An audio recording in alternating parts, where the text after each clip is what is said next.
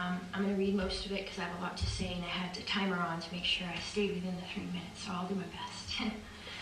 I appreciate the opportunity to be heard on this issue as a parent and as a Bedford taxpayer. I can say that I was appalled by the fact that the book Water for Elephants ever saw the light of day within the Bedford curriculum. It calls into question the vetting process for the materials chosen for educational purposes within our schools and makes it very difficult, both as a parent and a taxpayer, to trust the system as it is now.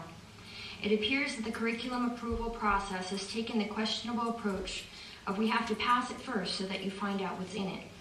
I think recent history has taught us that a careful and studious approach is always better, more efficient, and less costly than doing minimal vetting and then implementing understudied materials only to be surprised later by public outcry. From what I have read in the school policies and goals and objective documents, this book had supposedly been vetted by 4 layers: the teachers with the assistant principal, the curriculum committee, the superintendent, and lastly, the school board. That's a lot of oversight and ample opportunity for at least one of those layers to catch potentially inappropriate materials. That said, I believe that either 1, the system and policies are not being followed and the time has not been taken to properly oversee the curriculum formation, or 2, the system is not a good one.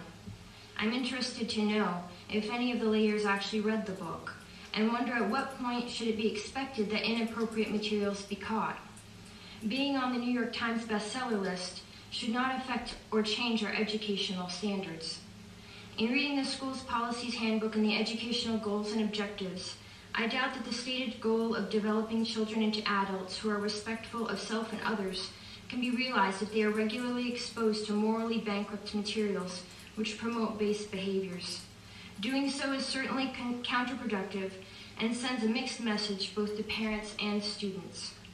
That said, having read the stated objectives for the required intercession courses within which the book was to be taught, I cannot see how this book, nor the soap making, or any of the other mentioned subjects will help reach the stated objective of helping the students to achieve educational excellence, nor offer opportunities to make positive contributions to the world.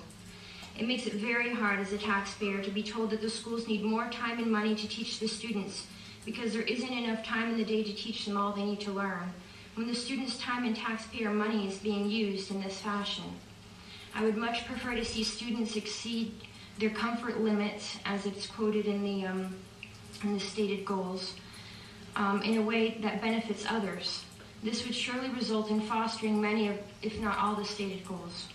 In closing, this issue is much bigger than calling for the removal of the book Water for Elephants.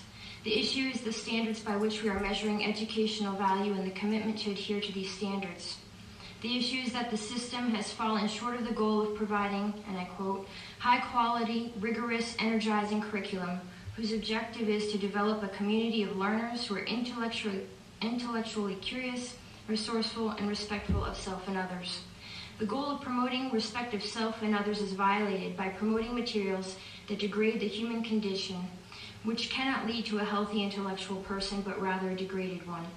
So unless our goal is to compromise our children's education, to compromise family values and our society's future, then our only option is to rehabilitate our broken system and make it all that it can and should be. While we live in one of the most wealthy towns in our state, and the money is there and the facilities are there, but is the will and moral courage there? I hope so. And I know there are a lot of good teachers in this school, but I think not everything they recommend is going to be great. That's just the way it is. And I think there needs to be discernment and there need to be standards that are set so that the parents know what those standards are and the teachers know. And then it's fair to everyone. And it's on the up and up. Thank you.